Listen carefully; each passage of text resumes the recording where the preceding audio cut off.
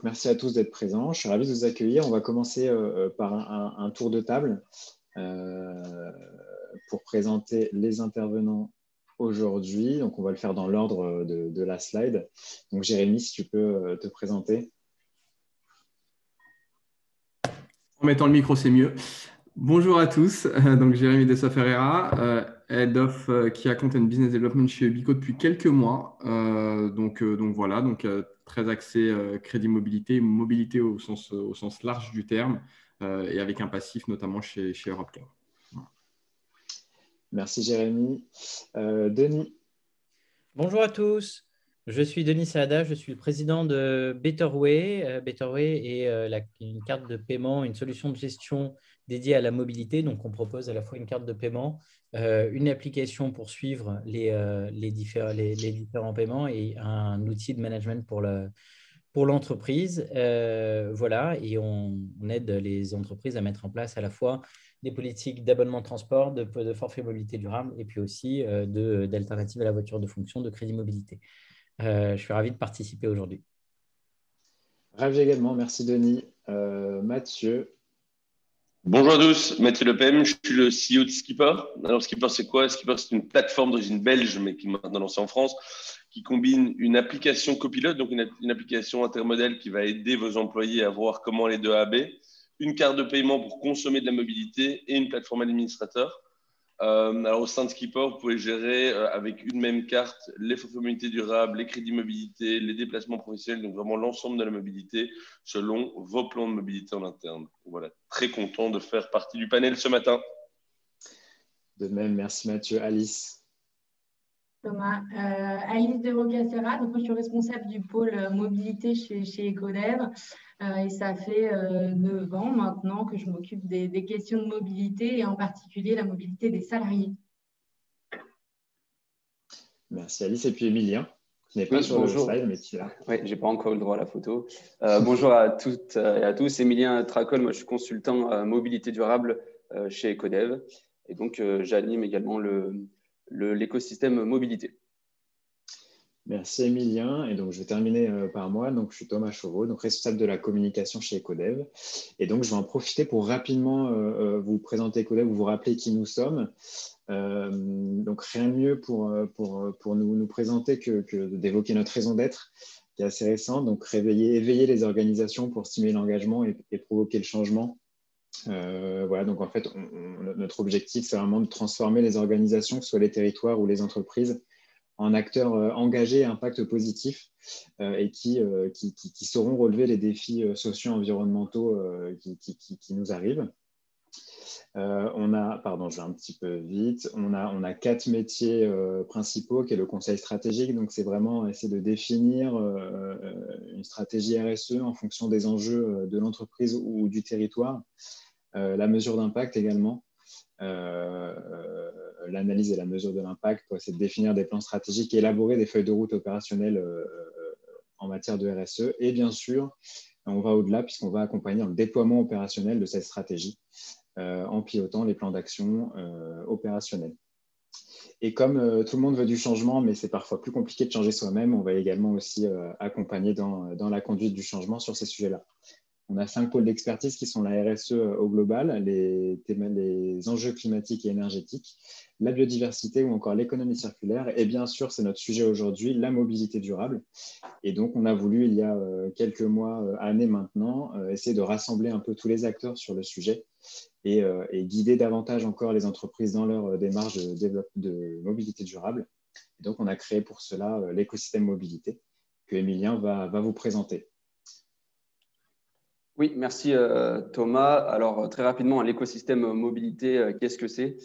C'est un hub de compétences, en fait. C'est une véritable plateforme collaborative qui rassemble aujourd'hui une multitude d'acteurs engagés dans la transition vers une mobilité durable.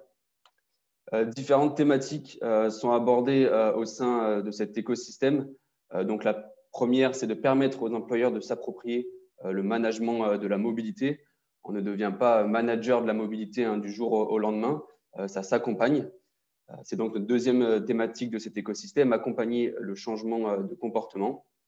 Ensuite, de soutenir la sobriété et l'innovation responsable en proposant des solutions, des idées respectueuses de l'environnement et durables. Et enfin, de valoriser les solutions innovantes et les acteurs engagés. Et donc, c'est ce que nous pouvons faire aujourd'hui à travers ce webinaire. Et donc, toutes ces thématiques, tous ces objectifs ont un objectif principal qui est de proposer aujourd'hui des alternatives à la voiture individuelle. D'autres objectifs sont abordés au sein de cet écosystème, d'aider les employeurs à identifier et déployer des solutions concrètes, d'offrir de la visibilité à ces engagements et à ces actions, donc à travers des retours d'expérience, des séances de pitch, des webinars, de bénéficier de retours d'expérience pour valoriser toutes les collaborations effectuées entre des solutions et des employeurs. Différentes prestations sont abordées au sein de cet écosystème pour tous les adhérents membres, des rendez-vous de la mobilité avec des conférences, des webinars, des retours d'expérience, des accès privilégiés à des outils comme l'EcoPDM, un outil que nous avons créé en interne chez Ecodev, des séances de pitch, des formations, une newsletter. Nous sommes également une véritable hotline au quotidien pour tous ces acteurs qui souhaitent s'informer sur des sujets de la mobilité. Et nous mettons également en ligne différents outils, des guides, des fiches pratiques. Les acteurs aujourd'hui de l'écosystème, nous sommes environ une quarantaine. Donc, nous avons des adhérents employeurs qui vont financer l'écosystème et qui vont s'intéresser à cette thématique de la mobilité. Donc, nous avons Decathlon, Arval, EDF ou encore L'Oréal. Des solutions start-up qui vont nous apporter leurs idées et leurs outils justement pour aider les employeurs à s'approprier le management de la mobilité, à s'engager dans de nouvelles démarches.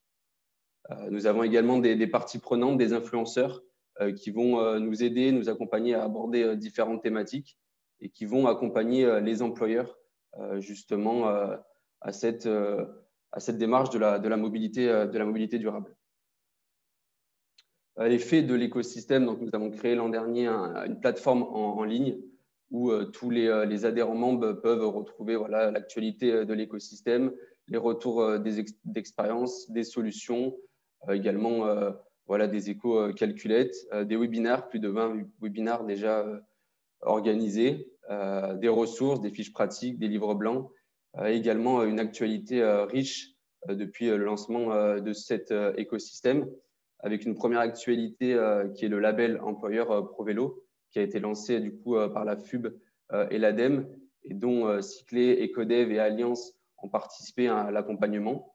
Donc, l'objectif de ce label, c'est de récompenser les employeurs qui vont mettre en place des mesures ProVélo et qui vont considérer le vélo comme un véritable mode de transport. Aujourd'hui, le programme il se fixe comme objectif sur 3 ans de labelliser plus de 4000 entreprises, ce qui représente plus de 500 000 salariés et 20 000 abris sécurisés. C'est une démarche qui a été présentée et qui a été également valorisée par le ministère de la Transition écologique à travers différents communiqués. Une autre actualité, c'est le lancement du baromètre forfait mobilité durable qui va permettre de faire un état des lieux des initiatives et des évolutions au niveau du FMD et de la connaissance des employeurs. L'objectif de ce baromètre, c'est d'obtenir des données quantitatives et qualitatives. Et donc, les résultats de ce baromètre vont être publiés et partagés durant le mois d'avril. Donc, pour l'écosystème, c'est toutes ces différentes actualités. On organise différents webinaires et je vais donc laisser maintenant la parole à Alice pour commencer ce webinaire sur le financement de la mobilité des employés. Elle nous présentera l'aspect plutôt réglementaire. Merci Emilien. Alors j'ai tenté le contrôle à distance, mais voilà, c'est un petit temps de latence sur le défilement des slides. Bon alors on la présente plus, la loi d'orientation des mobilités. Néanmoins, on est un peu obligé d'en parler aujourd'hui parce qu'en fait, elle va donner aux employeurs des nouveaux outils pour adresser et financer la mobilité des salariés. Notamment avec les négociations annuelles obligatoires, les NAO, pour lesquelles la mobilité est venue s'ajouter aux 7 précédents thèmes définis. Donc la mobilité est le 8e thème. Et désormais, tous les employeurs de droit privé employant au moins 50 salariés sur un même site doivent adresser le sujet de la mobilité dans les NAO, le volet QVT, qualité de vie au travail. Le sujet de la mobilité est donc désormais fléché vers des outils RH, et ça, c'est nouveau. Et alors, la négociation, elle peut porter sur des mesures visant à améliorer la mobilité domicile-travail des salariés, donc la mobilité quotidienne des salariés. Et puis, en termes de contenu possible de l'accord, on va être sur des choses assez classiques qui relèvent la plupart du temps d'un plan de mobilité employeur, donc tout ce qui va être incitation à l'usage des modes alternatifs à la voiture individuelle, organisation du travail en lien avec la mobilité, donc tout ce qui va être télétravail, flexibilité des horaires. Globalement, là, on va être sur des objectifs de moins et mieux se déplacer. Et puis, évidemment, tout ce qui va être des mesures pour la réduction du coût de la mobilité, alors à la fois pour les salariés, à la fois pour l'employeur, la prise en charge des faits de transport personnel aussi. Et alors, en cas de désaccord, là, c'est le processus classique des NAO. Si vous avez un accord, vous déposez un PV d'accord auprès de la directe. S'il y a désaccord, alors vous déposez un PV de désaccord. Et ce qui est nouveau avec la LOM, c'est que s'il y a un PV de désaccord sur la mobilité, alors l'employeur est soumis à l'obligation de réaliser un plan de mobilité employeur, qui est une démarche, je dirais, plus large et plus complète que juste l'aspect de négociation. Et ce plan de mobilité, et ça c'est nouveau, doit inclure des mesures concernant le soutien au déplacement domicile-travail de leur personnel, notamment le cas échéant concernant la prise en charge des frais mentionnés dans 2 articles du Code des transports. Et ces 2 articles concernent le premier, les frais de carburant. Donc la LOM a étendu, elle a fixé 200 € par an maximum par salarié pour tout ce qui va être carburation, on va dire classique, et puis 400 € pour tout ce qui va être électrique, hybride rechargeable et hydrogène, et le second article qui concerne le forfait mobilité durable dont on va parler aujourd'hui. Donc ce qui est notable, c'est que les aspects financiers sont désormais clairement fléchés, et ça c'est nouveau. Alors, on a une autre nouveauté aussi, qui est le contexte sanitaire. Et alors, ma slide ne veut pas passer. Voilà, merci. Qui a eu effectivement des impacts sur la mobilité des salariés, avec effectivement beaucoup plus de télétravail. Alors, ça ne concerne pas tous les actifs, mais quand même une grande proportion. Et donc moins de déplacements domicile-travail. Également une désaffection des modes collectifs au profit des modes individuels, malheureusement. Alors, il y a un mode individuel quand même qui tire son épingle du jeu, c'est le vélo. Pour tout ce qui est chiffres sur la fréquentation et l'augmentation de l'usage du vélo, je vous invite à aller regarder vélo et territoire, dont la crédibilité n'est plus à démontrer. Mais aussi des changements d'habitudes et de mode de vie. 70% des franciliens veulent changer leurs habitudes suite au confinement. Et puis, 1 Français sur 6, surtout, envisage une modification de comportement concernant la mobilité. Et donc là, on voit bien que le sujet de la mobilité en entreprise, il n'est pas anodin. Et l'adresser en interne, ça répond à différents enjeux, des enjeux environnementaux, c'est clair, des enjeux économiques, donc je le disais tout à l'heure, à la fois pour les salariés, à la fois pour les employeurs, et puis des enjeux sanitaires et sociaux, avec une demande de plus en plus forte des salariés et un rôle renforcé de l'employeur. Et alors, l'employeur, il a différents outils à sa disposition. Donc là, je vous ai mis une liste non exhaustive, évidemment, des possibilités, des outils qui sont à la main de l'employeur. Néanmoins, aujourd'hui, on va parler de ces 3-là. Alors, je ne vais pas rentrer dans le détail et spoiler la suite de la discussion. Néanmoins, pour bien comprendre de quoi on parle, on a effectivement le forfait mobilité durable, le FMD. Et donc, comme l'a dit Emilien, je vous invite vraiment à suivre l'actualité du baromètre FMD. Donc, le FMD, c'est la possibilité pour l'employeur de prendre en charge tout ou partie des frais engagés par ses salariés. Donc, on est bien sur la mobilité quotidienne, les trajets domicile-travail. Les modes qui sont concernés donc, sont le vélo personnel, le VAE, le covoiturage, les services de mobilité partagée, les transports en commun hors abonnement, avec un montant maximum, alors initialement de 400 €, puis avec le projet de loi finance 2021, c'est passé à 500 € maximum par an et par salarié. Donc, ces 500 €, cette enveloppe-là, elle est exonérée de charges à la fois pour l'employeur et le salarié. Néanmoins, l'employeur peut décider d'aller au-delà et le surplus sera alors chargé pour l'employeur et le salarié. Ces modalités-là du forfait mobilité durable concernent le secteur privé. Pour la fonction publique, on est plutôt autour de 200 € par an avec des modes uniquement vélo et covoiturage, et puis avec un nombre de jours minimum de pratiques à déclarer sur l'année. Le deuxième outil dont on va parler aujourd'hui, c'est le titre mobilité. Donc ça, c'est la forme possible que pourra prendre le FMD. Et là, j'emploie le futur parce que le décret d'application n'est toujours pas paru. Je suis allée vérifier hier dans l'échéancier des décrets. La date est toujours restée à juin 2020. Donc, on l'attend toujours. Et puis enfin, le crédit mobilité. Là, on va être sur un outil un peu différent quand même, puisqu'on va parler des véhicules de fonction. Donc, le crédit mobilité, c'est une alternative aux véhicules de fonction. Aujourd'hui, on a des cadres qui se posent la question en fait d'avoir cet avantage en nature ou pas. Et le crédit mobilité est un outil en fait pour compenser le renoncement de tout ou partie du véhicule de fonction d'un collaborateur. Tout ou partie, donc c'est soit je refuse l'avantage en nature qui est le véhicule de fonction, soit je choisis un véhicule plus petit et alors la compensation est moindre. Donc, on va parler aujourd'hui de ces trois différents outils. Je le rappelle, cette liste, elle n'est pas exhaustive. Il y a aussi d'autres outils pour financer la mobilité des salariés. Et puis, je vais laisser la parole à nos invités aujourd'hui pour mener cet échange avec vous.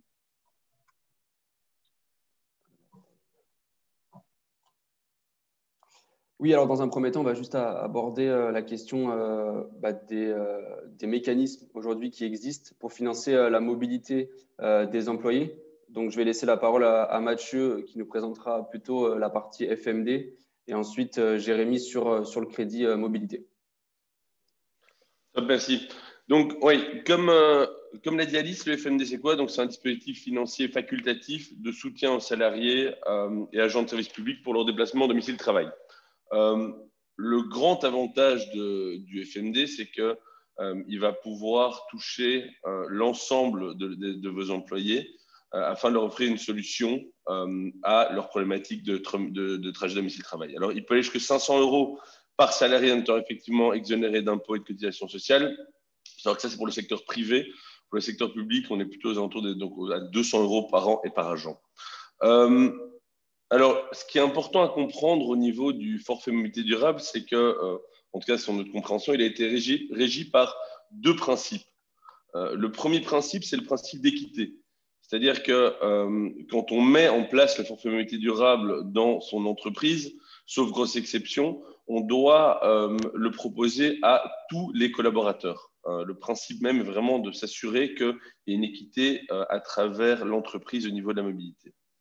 Le deuxième principe qui a régi le FMD, c'est le principe de durabilité. C'est-à-dire que, comme l'a mentionné Alice, les moyens de transport qui sont éligibles au FMD sont des moyens de transport qui sont durables, donc qui sont écologiques. On pense notamment au vélo, au covoiturage, aux engins de déplacement personnels et en location, style les trottinettes en rue, à l'autopartage pour des voitures électriques et au transport en commun hors abonnement. Alors, j'ai déjà vu une question passer dans le chat sur cette notion de transport en commun hors abonnement. C'est très important de comprendre que le palier des 500 € n'est pas cumulable, le FMD n'est pas cumulable avec le remboursement de transport en commun.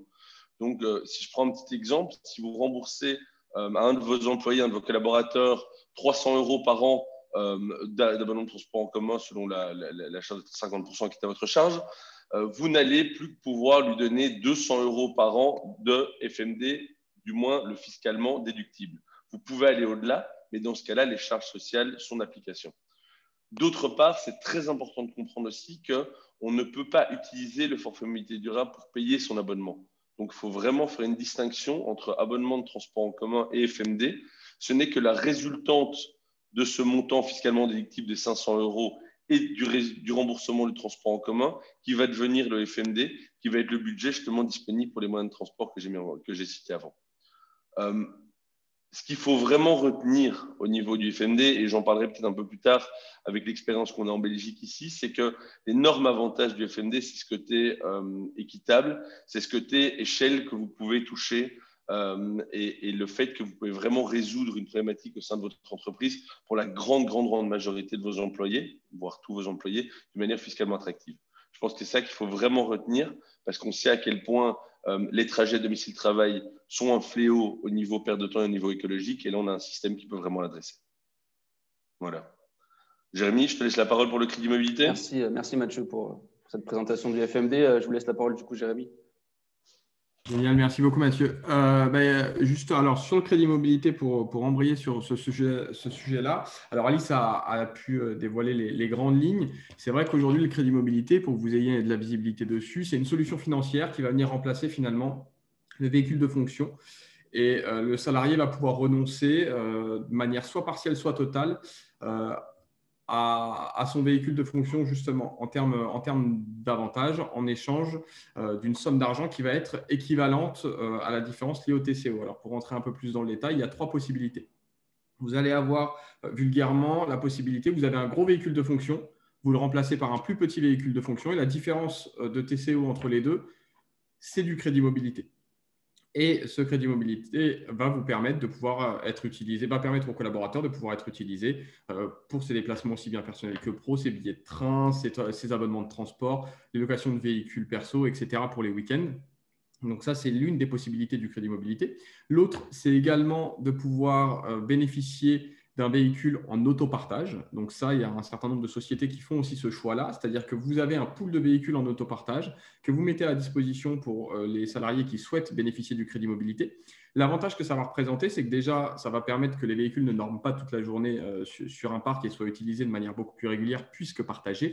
Mais en plus de ça, ça va permettre de diviser le coût de ce véhicule-là par le nombre de personnes qui vont être attachées à ce véhicule-là. Donc, du coup, ça va permettre d'augmenter, encore une fois, l'enveloppe de crédit mobilité disponible pour le collaborateur et donc l'attractivité de cette enveloppe.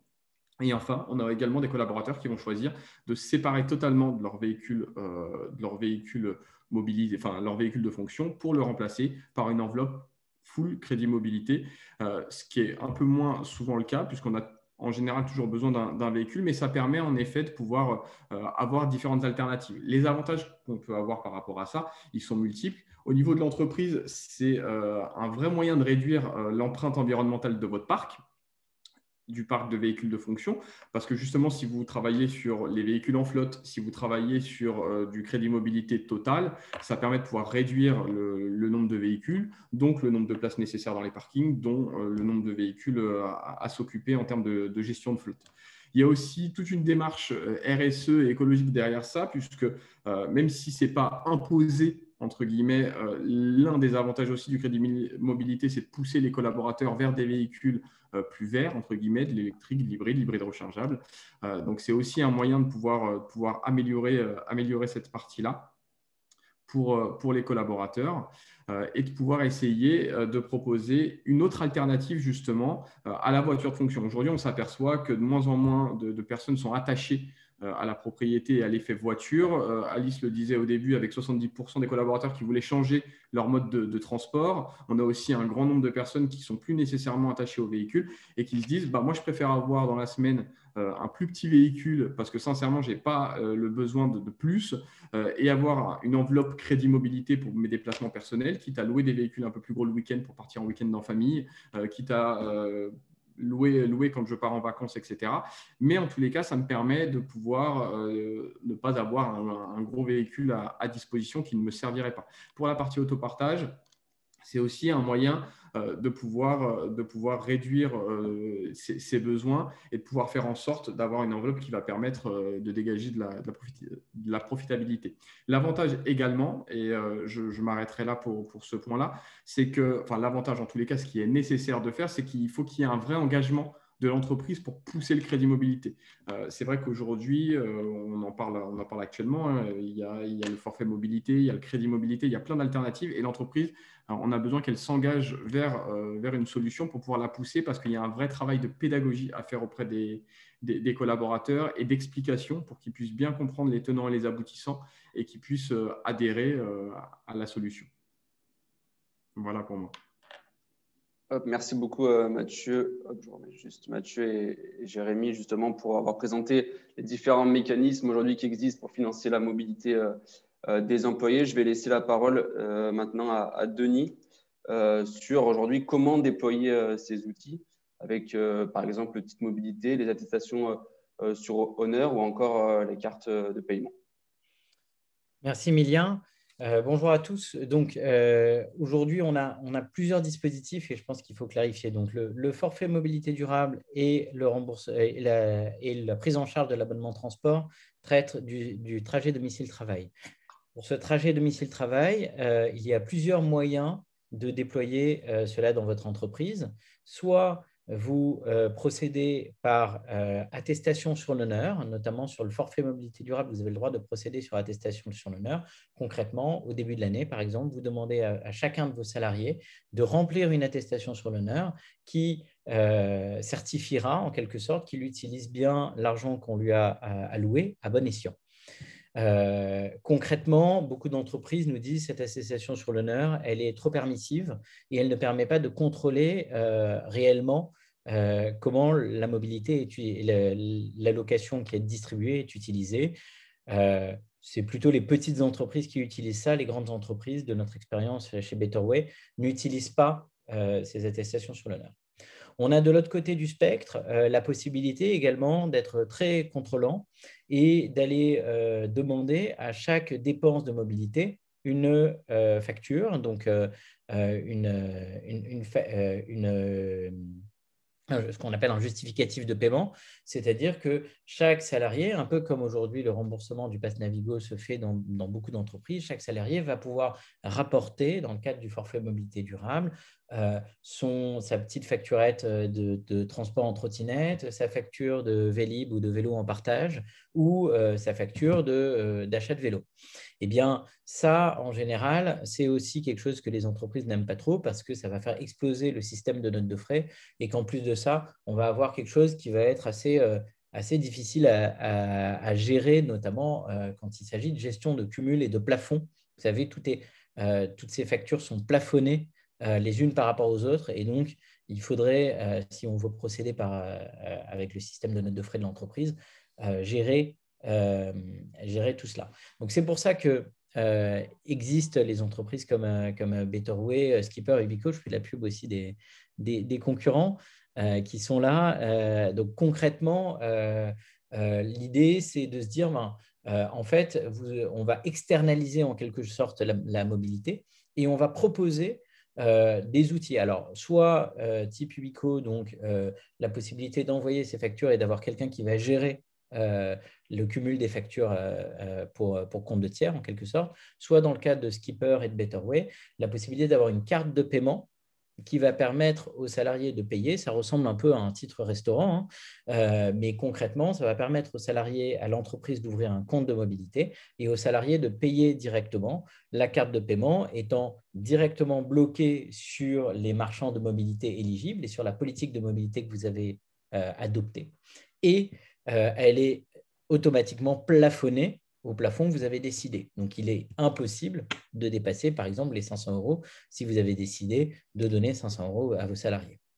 Alors, dernier petit point, on voit le titre mobilité. Le titre mobilité, c'est une disposition légale qui est prévue à la loi du 24 décembre 2019, mais dont le périmètre n'est toujours pas défini. Donc, il devrait y avoir un décret qui doit sortir. À la dernière nouvelle, on nous avait parlé d'un décret en S1 2021. Donc, certains autres opérateurs, donc ce n'est pas le cas de Skipper et de Betterway, se sont positionnés sur le type mobilité et en fait attendre la sortie du décret pour pouvoir proposer leurs produits. Merci beaucoup, Denis, pour tous ces outils. On va faire un zoom justement sur la carte de paiement. Du coup, Denis ou Mathieu, est-ce que vous pouvez nous en dire un peu, davantage justement sur cet outil? Denis, qui prend la parole? Je suis bien lancé, donc je continue. Donc, une carte de paiement un peu comme celle-là. Donc, je vous la montre à l'écran pour ceux qui ne la voient pas. Donc, la carte, là, c'est la carte Betterway. Donc, concrètement, aujourd'hui, on a une vingtaine d'entreprises qui ont déjà adopté Betterway sur le marché. Et ça marche comment? C'est très simple, hein. On est un mandataire bancaire, on ouvre un compte pour l'entreprise. Chaque salarié dispose d'une carte de paiement. Et nous, chez Betterway, on a 3 rôles. Le premier rôle, c'est de trier chacune des transactions, donc de vérifier, de valider que la transaction est bien conforme à votre politique de mobilité. Le deuxième rôle, c'est de faire de la gestion de budget. Donc concrètement, on va récupérer la transaction, répartir. Je vous donne un exemple. Par exemple, on s'occupe de la répartition de l'abonnement de transport en commun. Donc on va pouvoir répartir 50% qui vient du compte du salarié et 50% qui vient du compte de l'entreprise. Et puis le troisième point, on va restituer à l'employeur l'ensemble des données agrégées de façon à ce que l'employeur va pouvoir très simplement agrémenter sa paye, sa comptabilité et puis présenter éventuellement ses justificatifs en cas de contrôle URSSAF. Si je peux juste ajouter, en 2 points, je suis tout à fait d'accord avec Denis. Je crois que Denis t'a expliqué la grande majorité de ce qu'on fait effectivement chez Betterway et chez Skipper. Il faut vraiment voir la carte de paiement comme un passe-partout, comme un accès à la mobilité européenne. Dans les 2 cas, on a une carte en fait Mastercard qui donne accès à plus de 50 000 opérateurs de mobilité. Évidemment, la sélection de ces opérateurs de mobilité va dépendre du cas de figure que l'employé va utiliser. Si on est dans le cas du FMD, typiquement, ce sera français et uniquement limité aux opérateurs qui sont éligibles. Donc, il y a vraiment un contrôle en amont. L'idée, c'est de pouvoir donner un outil à vos employés et ne pas devoir vous soucier d'éventuels excès ou erreurs qui ont pu se passer. Donc, on va vraiment cadenasser l'utilisation uniquement à ce qui est éligible pour le FMD, mais donner accès au plus large éventail de mobilité que votre employeur ait besoin d'utiliser. Et alors, autre chose, c'est effectivement, il y a tout un exercice de gestion de budget. Il y a aussi tout un exercice, comme j'ai dit, de gestion d'opérateurs de mobilité en fonction du cas d'utilisation dans lequel on va se trouver. Par exemple, si vous voulez faire une dépense professionnelle, je prends l'exemple tout bête, mais on pourrait se dire que Uber est éligible, alors que dans le cas des FMD, Uber n'est pas éligible. Eh bien, grâce en fait à différentes règles d'allocation, différentes règles de gestion des opérateurs, on va avoir une gestion dynamique qui va vous permettre, une fois que votre employé va indiquer dans quel type de dépense il se trouve, on va pouvoir vraiment ajuster les différents cadres afin d'être sûr que toutes les règles sont suivies et que vous aurez effectivement, comme le disait Denis, un rapport en fin de mois qui vous montre tout ce qui a été dépensé, mais dans le cadre légal. Merci beaucoup à vous deux. On va maintenant aborder les freins, les freins du coup, et les opportunités de ces différents outils et comment justement les rendre plus efficaces. Je vous laisse du coup la parole, Jérémy, pour commencer à répondre du coup à cette question. Avec plaisir. Écoutez, en ce qui concerne les avantages, on a commencé tous à en énumérer un certain nombre.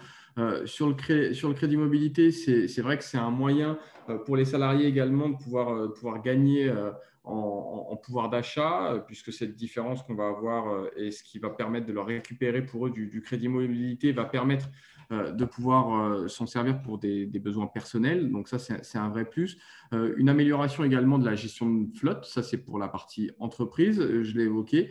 La réduction des émissions de CO2. Donc ça aussi, c'est vrai que c'est intéressant. On est dans une démarche qui est au-delà même de venir aider à la mobilité, au financement de la mobilité pour le collaborateur et l'entreprise. L'idée, c'est aussi derrière ça d'avoir une démarche RSE, écologique. Donc c'est vrai que c'est l'un des points qui vont être importants. Après, en ce qui concerne les freins, je laisserai mes camarades, je sais qu'il y a certains points qui vont venir se greffer sur la confusion qu'on peut avoir entre les différents axes de mobilité et les différentes aides à la mobilité. Mais moi, j'en vois certains j'en vois un qui est plutôt récurrent chez Ubico et sur le crédit mobilité. J'ai commencé à l'évoquer, c'est ce besoin d'évangélisation finalement que vont avoir les entreprises pour pouvoir présenter la solution, et il y a un vrai timing et une vraie communication à avoir, et c'est pour ça que j'évoquais l'engagement de l'entreprise. Aujourd'hui, si on prend un peu de recul sur la solution, on sait qu'on a entre 10 et 30% des collaborateurs qui passent au crédit mobilité quand on leur propose. à partir du moment où ils sont éligibles. Donc, c'est vrai que c'est un panel qui est plutôt vaste, entre 10 et 30, mais parce qu'on s'est aperçu qu'il y avait vraiment cette démarche d'apprentissage, de présentation, souvent au moment du renouvellement des véhicules de longue durée, par exemple, pour les véhicules de fonction, et qu'on a besoin de pousser le sujet pour pouvoir avancer là-dessus. Ensuite, je vois une question, donc j'en profite par rapport à ça, concernant l'URSSAF. Le crédit mobilité est considéré en réalité comme un avantage en nature. Donc aujourd'hui, je rentre pas totalement dans le détail, mais par rapport à l'entreprise, aujourd'hui, vous allez avoir deux cas de figure. Vous allez avoir ce qui va être appliqué par rapport à votre véhicule. Donc 30% du montant du véhicule va intégrer en fait l'assiette des charges sociales à prendre en compte. Et sur la base du crédit mobilité, on est dans l'avantage en nature. Donc en fait, on va être sur une partie qui va être prise soit sur un montant forfaitaire, soit un montant réel, sachant que le montant forfaitaire est celui qui est le plus privilégié pour pouvoir être le plus dans les règles par rapport au fonctionnement que vous aviez initialement. Et pour terminer sur le point, l'un des avantages également du crédit mobilité, c'est de pouvoir vous proposer une solution qui doit être ISO-coût par rapport à votre budget, car policy. C'est-à-dire que l'idée, c'est de calculer sur les montants des TCO des véhicules pour pouvoir définir l'enveloppe de crédit mobilité. Et ça, c'est quelque chose d'important puisque derrière ça, il y a la démarche de justement ne pas faire exploser vos coûts. Denis l'évoquait pour d'autres raisons, mais l'idée, c'est de ne pas faire exploser les coûts de l'entreprise et de pouvoir vous accompagner dans ce changement-là en étant ISO par rapport au reste. Voilà. Si je peux vite ajouter quelque chose justement par rapport au crédit mobilité, justement, j'avais dit, j'en ai parlé un peu plus tôt, de rajouter un peu une touche belge au débat. En Belgique, on a ce qu'on appelle le budget mobilité, qui est en fait le pendant français du crédit mobilité, enfin le pendant belge du crédit mobilité français, et qui a la grande différence d'être totalement défiscalisé. Ce que la Belgique a pris comme pli, et je pense que c'est vraiment une piste d'évolution pour la France, c'est de se dire que si un collaborateur choisit de renoncer à son véhicule de fonction au profit d'un budget mobilité ou d'un crédit mobilité, celui-ci devrait être totalement défiscalisé. À l'heure actuelle, sur notre compréhension, fiscalement, c'est un peu moins attractif pour l'employé de choisir un crédit mobilité en France, alors qu'en Belgique, c'est totalement défiscalisé et ça va même plus loin. Un employé, donc si on parle de Total Cost of Ownership, de TCO qui a été mentionné, on est souvent sur des budgets de 5, 6, 700 euros par mois. La Belgique a même décidé de laisser les employés payer leur loyer ou leur charge de capital d'emprunt pour autant qu'ils vivent à moins de 5 km du vol d'oiseau de leur lieu de travail. Donc, ils ont employé, en fait, ici en Belgique, on a employé le budget mobilité pour essayer de rapprocher l'employé de son lieu de travail afin de lui permettre de venir soit à pied, soit en vélo, soit en transport en commun. Donc, je pense que c'est vraiment une piste aussi pour la France, c'est de voir comment on peut encore plus optimiser le crédit mobilité fiscalement pour le rendre d'autant plus attractif et que les 30%, 20-30%, et je suis tout à fait d'accord avec Jérémy, on a les mêmes statistiques, montent largement et passent plutôt à 75%, 80% des personnes qui ont une voiture de fonction. Denis, est-ce que vous voulez compléter? Excuse-moi. Oui, je veux bien compléter. On a pas mal parlé de freins et d'opportunités de mise en œuvre du forfait mobilité durable. Je vais venir sur l'aspect un petit peu politique de la chose. Sachez qu'aujourd'hui, il y a des discussions actuellement dans le cadre de la loi climat et résilience, qui est en fait la loi qui est venue qui vient conclure en fait le travail de la Convention citoyenne pour le climat. Et sachez qu'il y a des discussions assez importantes sur le forfait mobilité durable. On a créé notamment avec Ecodev, Betterway, Skipper, un collectif FMD pour essayer de porter des propositions pour élargir le forfait mobilité durable. Et sachez, alors j'espère, je ne sais pas si on y est pour grand-chose, mais en tout cas, c'est intéressant que l'article actuellement sur le forfait mobilité durable est celui qui a le plus d'amendements, donc il y a environ 80 amendements sur le forfait mobilité durable. Ça veut dire quoi? Ça veut dire qu'il y a une tendance de fond, que ce soit au niveau des entreprises. Nous, on voit bien qu'il y a énormément d'entreprises qui le mettent en place ou qui ont pour projet de le mettre en place. Je vous ai dit, il y en a une vingtaine qui sont clientes chez Betterway, mais en fait, il y en a plein qui l'ont mis en place sans passer par un système de gestion. Mais aussi, on a aujourd'hui des politiques, des députés qui sont en train de prendre le sujet et d'essayer de l'accélérer. Donc, il est possible en fait que le forfait mobilité durable soit augmenté ou au moins deviennent, ou peut-être même deviennent obligatoires. Alors, on marche encore sur des œufs, on ne sait pas encore ce qui va sortir de cette loi mi-avril, mais en tout cas, ça va être assez intéressant. On vous tiendra au courant. Je suppose que Timothée et Emilien, vous tiendrez au courant les différents participants de l'évolution de cette loi. Merci Denis, et merci du coup à vous trois d'avoir répondu à toutes ces questions et avoir abordé ces différents sujets. On va maintenant passer aux questions-réponses. Timothée et Alice ont déjà répondu à de nombreuses questions, mais il y en a encore. Du coup, Thomas, je te laisse la parole. Oui, merci Emilien. Effectivement, il y a eu quelques questions. Donc, je vous invite une nouvelle fois, si vous en avez qui arrivent, à les poser dans le chat. On va essayer de les traiter au maximum. Première question, c'est 3 questions mais que j'essaie de regrouper. Comment inciter les entreprises à s'intéresser à ces sujets? Est-ce qu'on dispose d'un benchmark des réalisations dans les entreprises les plus en pointe sur ces domaines? Comment savoir quelles entreprises ont mis en place le FMD? En gros, c'est comment on peut inciter les entreprises à s'intéresser à ce sujet-là? Et est-ce qu'on a des exemples d'entreprises un peu à la pointe sur ces sujets sur lesquels on pourrait s'inspirer?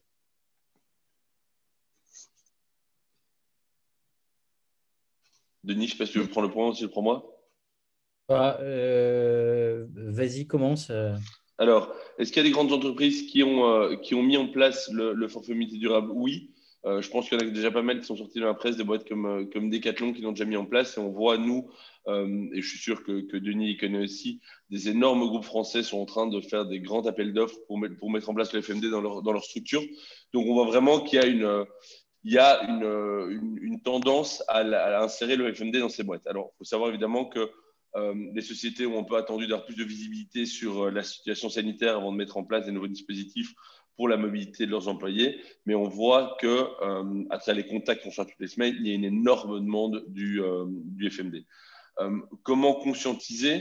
Je pense que nous, la manière dont on approche les sociétés pour le FMD, c'est qu'on va en fait aborder 3 points qui vont être cruciaux pour illustrer l'importance du FMD. La première chose, c'est évidemment tout ce qui est durabilité.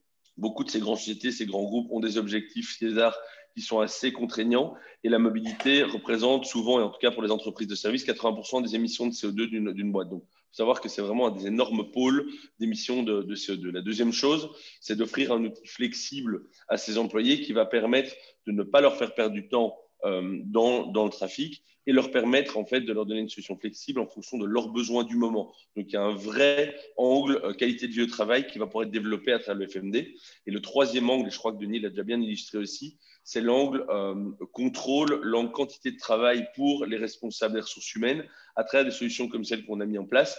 En fait, on va permettre de réduire la quantité de travail, ce qui aura vraiment évidemment un impact économique assez important pour les sociétés. Donc, si on combine vraiment cet impact durabilité, qualité de vie au travail, impact économique, charge de travail, on arrive à une solution qui est extrêmement intéressante pour les sociétés. Et de nouveau, on voit vraiment des grands groupes de plus de 10 000 employés qui mettent ou qui pensent mettre en place le FMD dans les mois à venir, ce qui est extrêmement encourageant pour nous.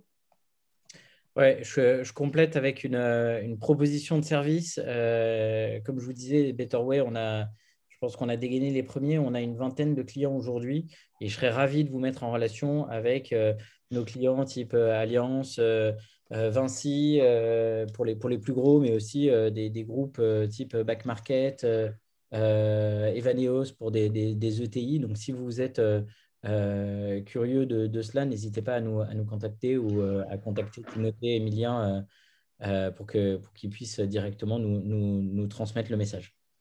Et juste le fait, parce que c'est vrai qu'on a oublié le plus valant, mais dans les NAO, de toute façon, le sujet de la mobilité maintenant est obligatoire à traiter. Donc, en fait, le sujet va arriver un peu de facto sur la table des entreprises. Pas oublier. Je veux bien apporter un complément de réponse, Thomas, avant que tu passes aux questions d'après rapidement. Sur la question de comment on fait pour mobiliser les employeurs sur le sujet, je crois qu'il ne faut pas écarter les AOM aujourd'hui, les autorités organisatrices de la mobilité sur le territoire. La LOM a modifié l'article du Code des transports sur le plan de mobilité employeur. Elle a rajouté un alinéa que sur leur périmètre de compétences, les AOM doivent informer les employeurs de leur ressort territorial et de leurs compétences. Et en fait, il y a un vrai rôle d'accompagnement des AOM sur les employeurs.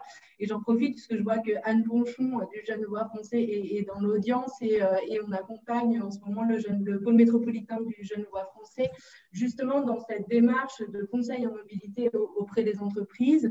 Je vois qu'il y a aussi M. Manchek dans l'audience. Il me semble aussi que Besançon a mené récemment une démarche similaire. Je pense que c'est vraiment important de s'appuyer sur les autorités organisatrices de la mobilité. C'est tout à fait leur rôle et leurs compétences sur le territoire. Et puis pour le retour d'expérience, la seconde partie de la question, au mois d'avril, on vous présentera les résultats du baromètre FMD que Ecodev et l'IAID ont lancé pour le compte de l'ADEME et du ministère en charge des transports. Je vais rien, les résultats sont encore sous embargo, mais on a commencé à les traiter. On a quand même des choses intéressantes. Je vous invite vraiment à suivre cette actualité qui va permettre de mesurer, d'avoir vraiment des données quantitatives et qualitatives, parce qu'il y avait tout un aspect enquête, mais aussi entretien qualitatif derrière, qui vont pouvoir nous apporter des retours d'expérience intéressants. Merci Alice. Alors, on va prendre une autre question qui vient d'arriver. Comment gérer les modalités de versement dans le cadre d'un remboursement 50% abonnement transport en commun ou vélo et le forfait mobilité durable? Peut-on mettre une limite temporelle pour se faire rembourser les 50% et ainsi éviter d'avoir remboursé plus de 500 €? Je vais prendre cette question, mais je pense que c'est une des raisons d'être de nos systèmes de mobilité. C'est qu'en fait, en effet, la loi et les modalités de calcul n'ont pas simplifié les choses. C'est-à-dire que on va repréciser tout ça. Le forfait mobilité durable est limité à 500 €, mais est plafonné par rapport au cumul avec le transport en commun. Ça veut dire que si vous remboursez, par exemple, à votre salarié la moitié d'un abonnement de 600 €, prenons la ville de Bordeaux, vous leur remboursez 300 €, ça veut dire que le salarié peut avoir à sa disposition uniquement 200 €, donc 300 plus 200 égale 500, de forfait mobilité durable. Et ça, c'est assez compliqué à gérer pour les entreprises. Chez Betterway, comme je crois chez Skipper, on traite le cumul du transport en commun avec le forfait mobilité durable. C'est-à-dire qu'à chaque fois qu'un salarié va dépenser de l'argent sur du transport en commun, eh bien, nous, on va dire, tiens, ça s'est pris à 50% par l'employeur. Si le salarié dépense du vélo, eh bien là, on va pouvoir cumuler. Et ensuite, nous, on va gérer à la fois le cumul et on va gérer le plafond. C'est-à-dire qu'on va aussi être capable de dire, tiens, cette dépense-là qu'il a opérée, elle dépasse le plafond, donc on ne va plus la rembourser. Merci Denis. Si je peux compléter sur cette, désolé Thomas, sur cette notion de limite temporelle, en fait, plus que d'une limite, c'est-à-dire qu'il faut sortir du raisonnement. Avant, on était quand même beaucoup sur je viens au travail en transport collectif, je prends mon abonnement annuel et en fait, c'est plié pour l'année. Et là, il ne reste plus grand-chose dans la plupart des grandes villes, en tout cas, pour le forfait mobilité durable. Aujourd'hui, il faut aussi prendre un peu de recul et se dire finalement, un employé peut venir, alors on va rentrer dans les clichés, mais de mars à octobre en vélo et puis de octobre à fin février en transport en commun. Et alors là, déjà, la question du cumul, elle pose beaucoup moins de problèmes. Donc, il faut quand même avoir en tête ces aspects-là. Merci Alice pour le complément. Autre question. Pourquoi les grandes entreprises n'offrent-elles pas plus de flexibilité à leurs employés aujourd'hui? Quelles sont les barrières qui les empêchent à être plus flexibles, selon vous? Je pense qu'il y a plusieurs éléments de réponse. De nouveau, tout d'abord, je pense qu'il y a un manque de connaissance des outils mis à disposition des entreprises. Je crois que c'est une première chose, et Jérémy en avait parlé, au niveau évangélisation des différents outils de mobilité qui existent et qui sont mis à disposition des entreprises, il y a une véritable manque de connaissance. Et les entreprises n'ont pas une vue complète sur toutes les solutions. Parce que je pense que les solutions de mobilité doivent être prises dans leur ensemble. Ce n'est pas FMD ou Crédit Mobilité, c'est vraiment instaurer une nouvelle politique de mobilité. Donc, il y a un problème d'information. Deux, il y a un problème de connaissance des outils et je pense que les entreprises sont très frileuses de changement à la base. Donc, pour déclencher un changement dans une entreprise et encore plus important, pour déclencher un changement dans un comportement d'un employé, il faut arriver à comprendre les vrais arguments pour mettre en place ce changement. J'ai parlé déjà de la qualité de vie au travail, de la durabilité, des économies, etc. Je pense que ça, ce sont les arguments qu'on doit mettre en avant. Donc, plus important, on doit vraiment arriver avec une réflexion plus large sur la mobilité. C'est notamment ce qu'on a construit avec Ecodev et avec Betterway aussi. C'est de dire, on doit voir la mobilité dans son ensemble et voir comment on peut faire évoluer les différents dispositifs pour s'assurer que ça peut couvrir le plus grand nombre avec un budget conséquent afin de pouvoir vraiment déclencher ce changement. Pour moi, c'est vraiment ça les deux éléments de réponse principales. Maintenant, Denis, je suis sûr que tu as des éléments à rajouter aussi. Moi, j'arrive avec un élément un peu optimiste, c'est-à-dire qu'aujourd'hui, on se rend compte que la crise sanitaire et l'appréhension du retour au travail des salariés a énormément modifié en fait les comportements. Aujourd'hui, on a énormément de grands groupes qui nous contactent en nous disant, bah oui, on sait que nos salariés vont revenir, on sait qu'ils ont changé leurs habitudes de mobilité. On sait qu'il y a beaucoup plus de télétravail et qui dit beaucoup plus de télétravail, par exemple, on en parlait tout à l'heure, c'est quelque chose dont on parle moins fréquemment dans le forfait mobilité durable, mais c'est non seulement pour du vélo, du covoiturage, des mobilités partagées, mais aussi des titres de transport à l'unité. Aujourd'hui, on a beaucoup de salariés, on en a parlé encore récemment avec la région Île-de-France, qui ont abandonné leurs abonnements de transport en commun.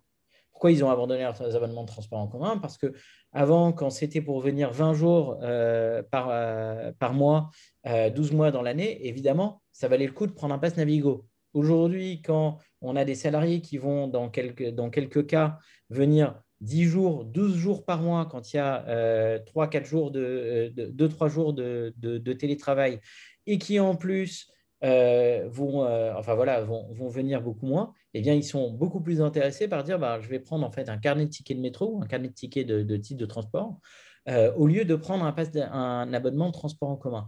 Ça aussi, ça modifie énormément les comportements. Bref, il y a aujourd'hui un momentum qui est très intéressant dans la mobilité de manière générale, sur lesquels on est en train d'arriver et je pense qu'on arrive aujourd'hui avec des offres qui correspondent exactement à un besoin qui est comment je fais évoluer la mobilité de mes salariés par rapport à leurs besoins et par rapport à leurs attentes. Oui, et puis peut-être pour… Pardon.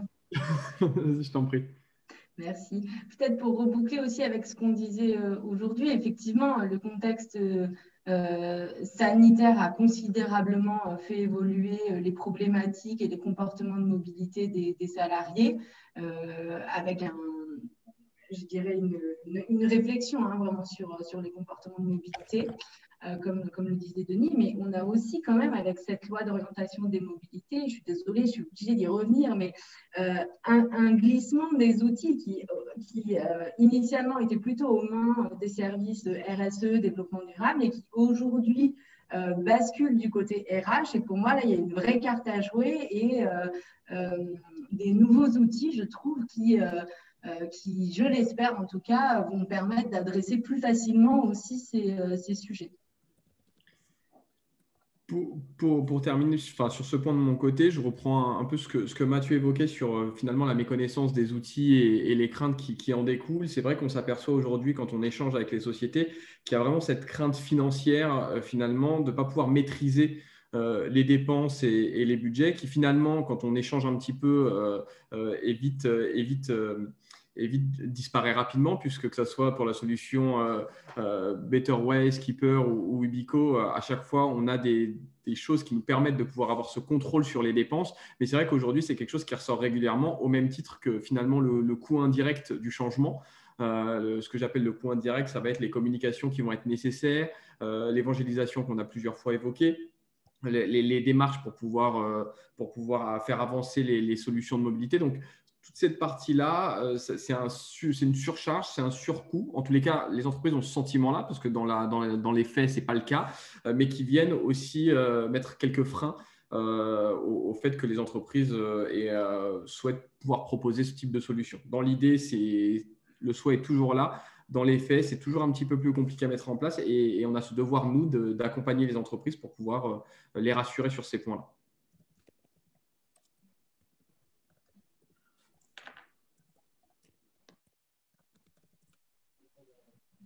Donc, peut-être une dernière question, il nous reste quelques minutes. Moi, je vais passer la question sur qu'en est-il de l'ouverture du FMD pour les véhicules électriques? Alors, si c'est pour les véhicules électriques personnels, trottinettes et scooters overboard, selon notre compréhension, ça devrait être ouvert le FMD à partir du 1er janvier 2022. D'accord. Tout à fait. On parle des voitures électriques ou des… Moi, je parlais de Voitures trottinettes, électriques. overboard, skateboard. Alors, je pense qu'on parlait des voitures électriques. Ah non, là, je parle. Ah, ok. Là, c'est plutôt les scooters en genre de déplacement personnel électrique. Les voitures électriques, à ma connaissance, ça ne va pas être ouvert. Denis, je ne sais pas si c'était une autre compréhension. Si, en fait, il y a une prime qui est liée à la recharge de voitures électriques qui est prévue dans le FMD. C'est dans la loi. Et aujourd'hui, nous, on a déjà des clients qui nous demandent ce type de solution, c'est-à-dire élargir finalement la politique de mobilité, parce qu'on parle du FMD, c'est un des outils mis à disposition des entreprises, c'est-à-dire qu'aujourd'hui, elles ont plusieurs capacités. Donc, elles ont plusieurs dispositifs dans la loi et qui sont des lois cumulables. C'est un peu compliqué à comprendre, mais je vais vous les expliquer. Concrètement, il y a la prise en charge de 50% de l'abonnement de transport ou des abonnements de vélo partage public. Ça, c'est la loi qui date de 2012, je crois. Ensuite, on a le forfait mobilité durable qui couvre là les trajets domicile-travail en vélo personnel, électrique ou non, électrique ou mécanique, transport partagé et type trottinette en partage, etc. Et autopartage électrique et covoiturage. Et transport en commun à l'unité, excusez-moi. Et puis, il y a un troisième dispositif qui s'appelle la prime transport, qui permet aux entreprises de payer jusqu'à 200 € de transport thermique sous certaines conditions par an à ses salariés et qui a été monté à 400 €, donc à 500 € maintenant, pour tout ce qui est voiture électrique. Donc ça, c'est les dispositifs légaux qui touchent exactement le trajet domicile-travail. Donc, il y a une vraie discrimination dans la loi entre le trajet domicile-travail, ce qu'on appelle les frais professionnels, donc les trajets qui sont effectués dans le cadre du travail. Voilà. Et ensuite, tout ce qu'on appelle l'avantage en nature, c'est-à-dire ce qui ne touche ni du trajet domicile-travail, ni des frais professionnels, qui est un troisième secteur. Donc, tout cela, on serait ravis de répondre à vos questions et de vous aider à y voir plus clair, parce qu'en effet, ça peut paraître compliqué. Néanmoins, il existe des solutions pour vous simplifier la vie.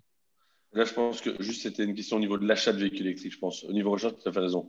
Pour moi, ma compréhension, c'était une question sur l'achat. Et là, je pense que à partir du 1er janvier 2022, on peut acheter une trottinette personnelle en utilisant son FMD. Les voitures électriques, pour moi, ne sont pas reprises dans le scope de l'achat. De toute façon, ça sur l'euro de réduction, c'est peut-être un peu faible pour une voiture électrique. Et peut-être aussi un peu contre-productif quant aux ambitions. Voilà. Permettre.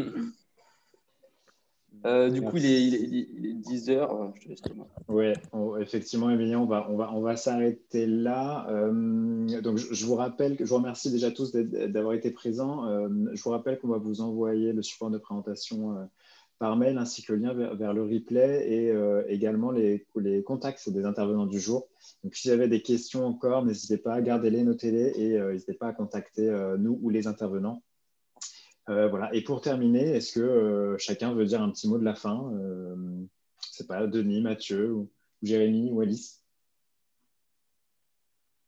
Alors, moi, je peux bien prendre la vas-y, main. Alice. C'est très impoli, désolée. Non, mais je suis ravie et je vois que ça suscite quand même beaucoup de questions.